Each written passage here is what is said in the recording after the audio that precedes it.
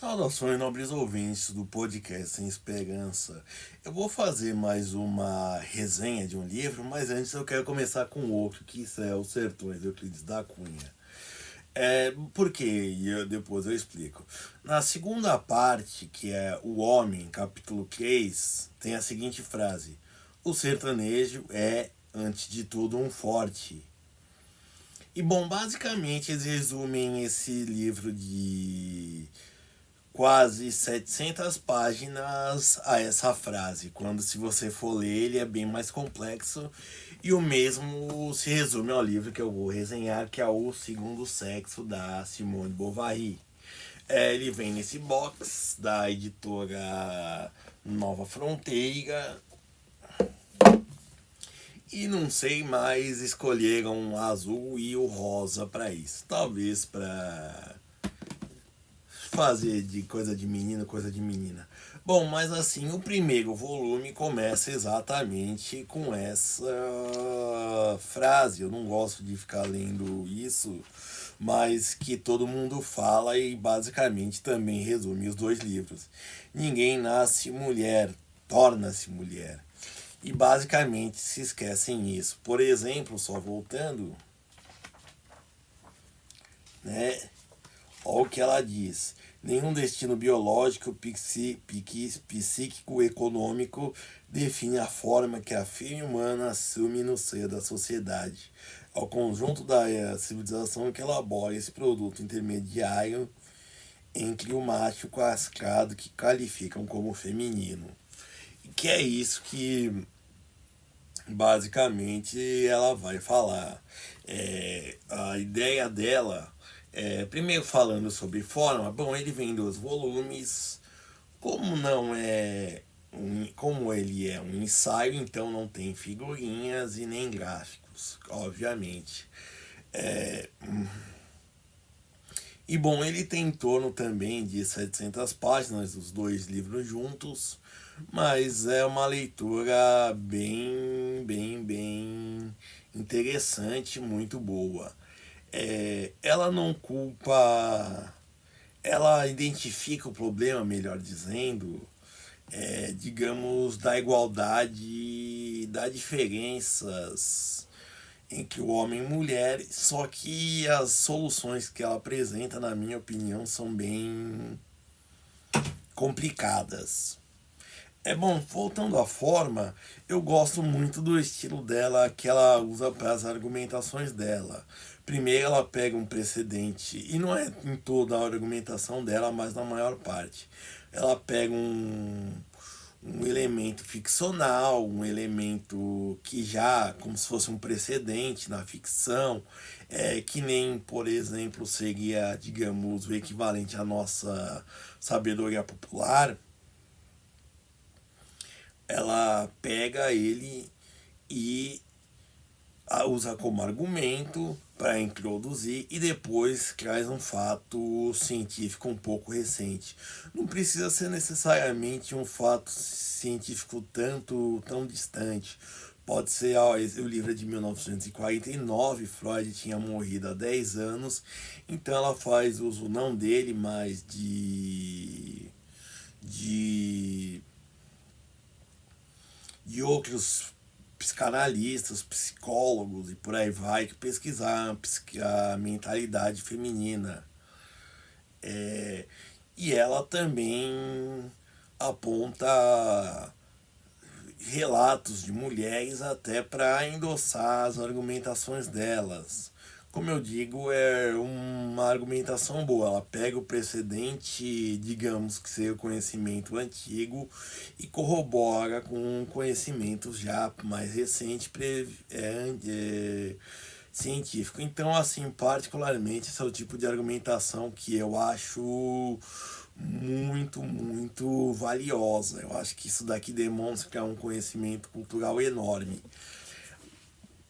Entre os dois livros, o primeiro ele é mais introdutório nas questões dele, tanto que ele é menor, né, praticamente metade do segundo, mas ele é muito introdutório. Se você for ler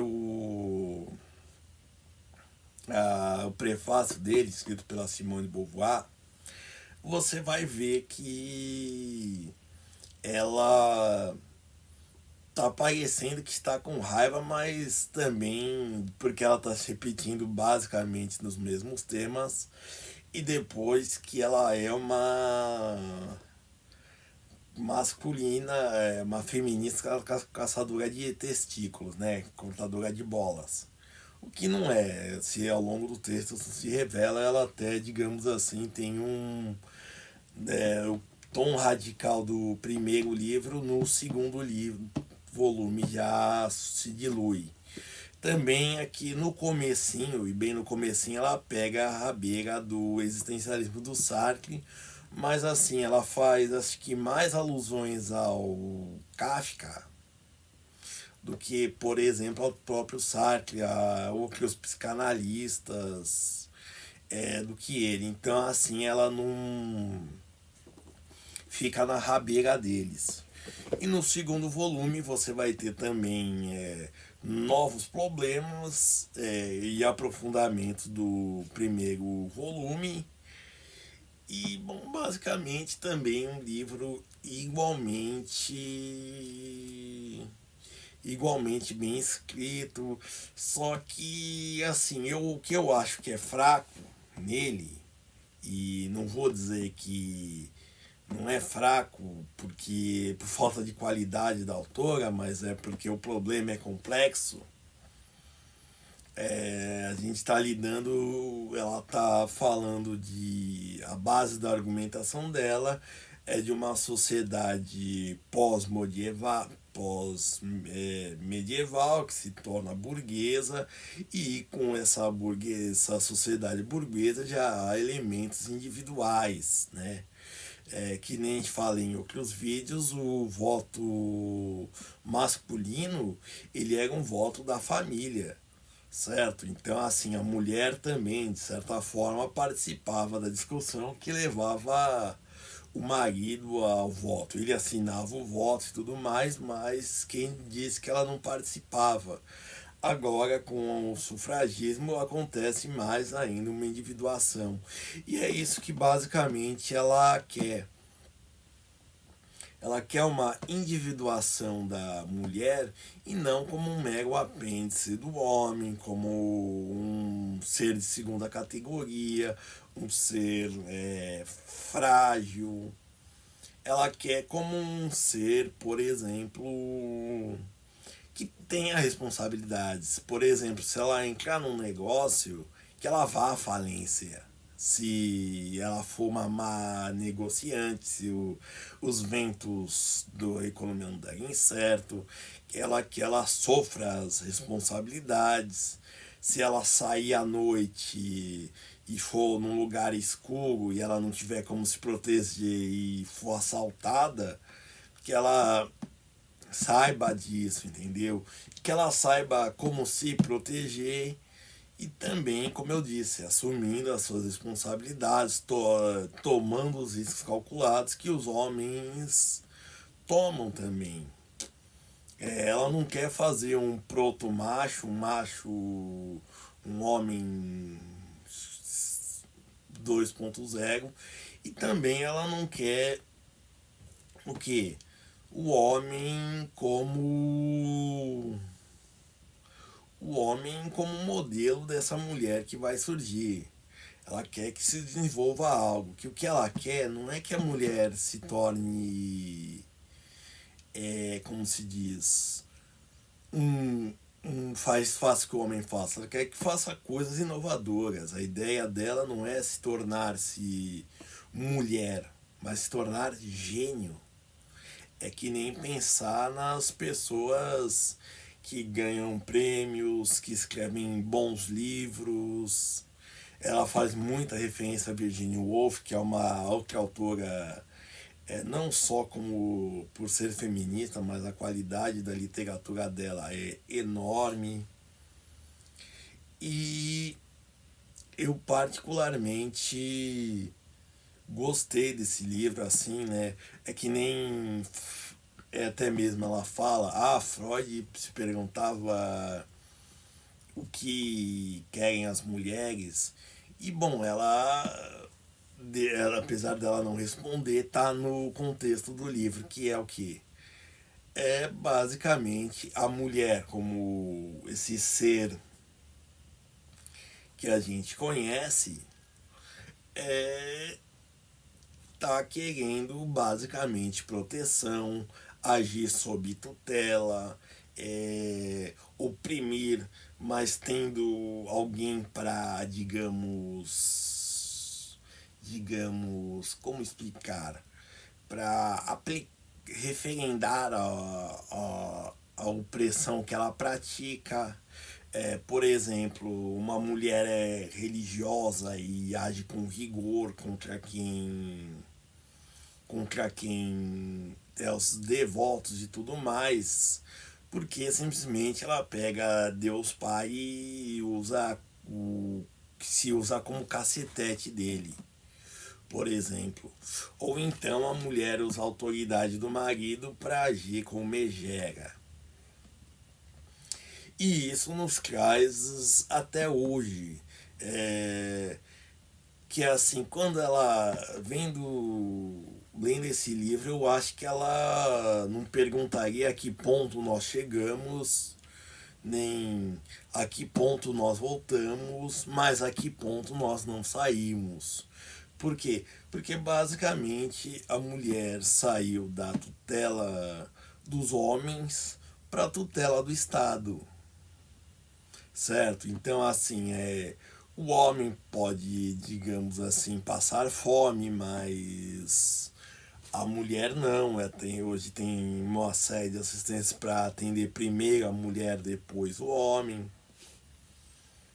Tem todo um arcabouço jurídico, e não só no Brasil, mas em praticamente todo o Ocidente, parte do Ocidente mais do Oriente, perdão, mais ocidentalizado, digamos assim, tem uma maior proteção, salvaguardas maiores às mulheres, certo? Então, assim, basicamente o que acontece é o papel da mulher como um ser que precisa ser tutelado, que não precisa assumir responsabilidades, que serve só para procriar e tudo mais, basicamente está sendo escanteado. Ela propõe soluções, e aí, como eu disse, como tem muitos casos individuais, as soluções que ela propõe são fracas. É que nem uma das que ela cita, a primeira, já é o socialismo, que se vê, já está sendo implantado com vigor na leste europeu e por aí vai, né? Mas ela cita também só de passagem.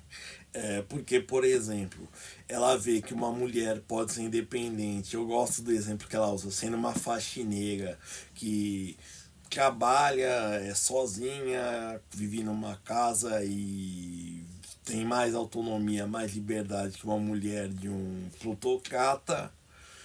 Mas também tem a mulher, digamos, que os masculinistas chamam de carreirista, que pensa, pô, tem uma mulher casada lá sem fazer nada, tem o mesmo padrão de vida, até melhor que o meu, e eu tô aqui me matando, pô, porque eu não arrujo um marido assim? Então ela vê um desses problemas para resolver. Então, assim, as soluções dela, na minha opinião, que ela propõe são frágeis, mas ainda assim o livro dela entendeu. É a mulher como segundo sexo, ela tende a querer o quê? A proteção, a guarida de alguém para que ela possa ter a sua liberdade, a sua identidade. A identidade dela seja como esposa, seja como cidadã, é sempre de alguém que tem alguém para dar autoridade a ela, dar identidade a ela, e não que ela se crie, certo? Então, basicamente, o que nós temos hoje em termos de mulher são humanoides aceboladas que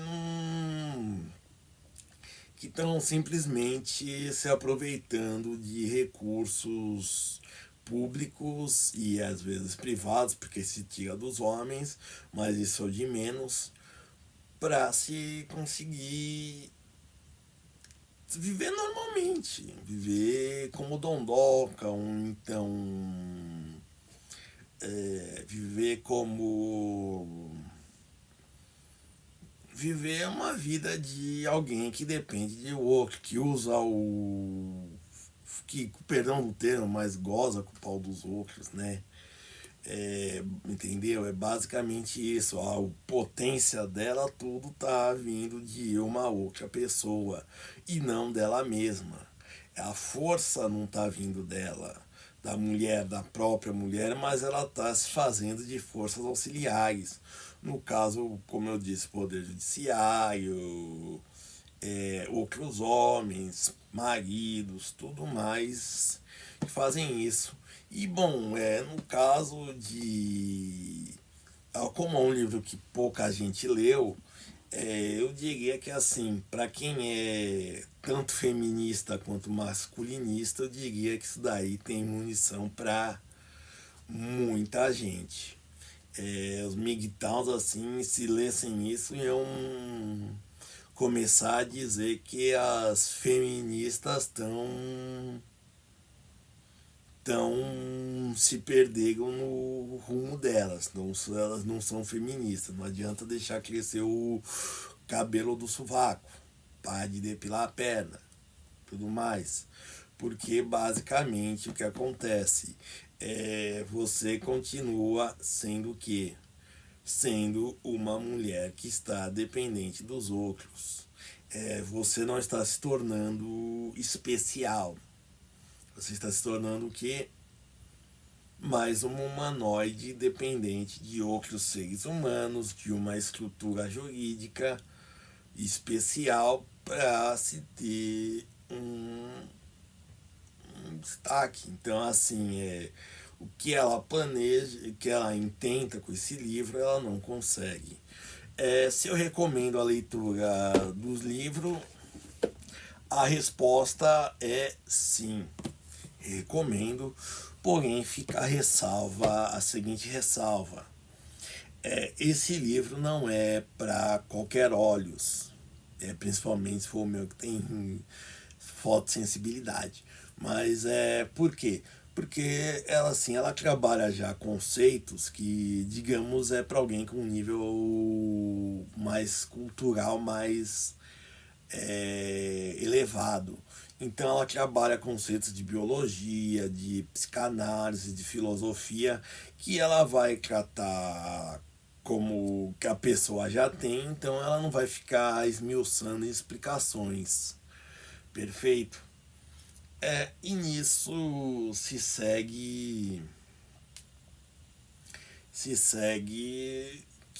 o trabalho dela. É um livro, como sempre, recomendo sim ler, é, mas é uma leitura difícil. Aí vale o que eu chamei de assim, se você tem uma meia educação, você vai ter uma leitura ou muito truncada, ou você vai ter um entendimento um pouco diferente do que ela objetava em ser. E talvez acabe realmente, de fato, reduzindo, assim como reduzem os sertões e reduzem a Simone Beauvoir para apenas uma frase. Quando o livro tem muito, muito mais a dizer. Certo? Então, um forte abraço a todos e obrigado e sejam felizes.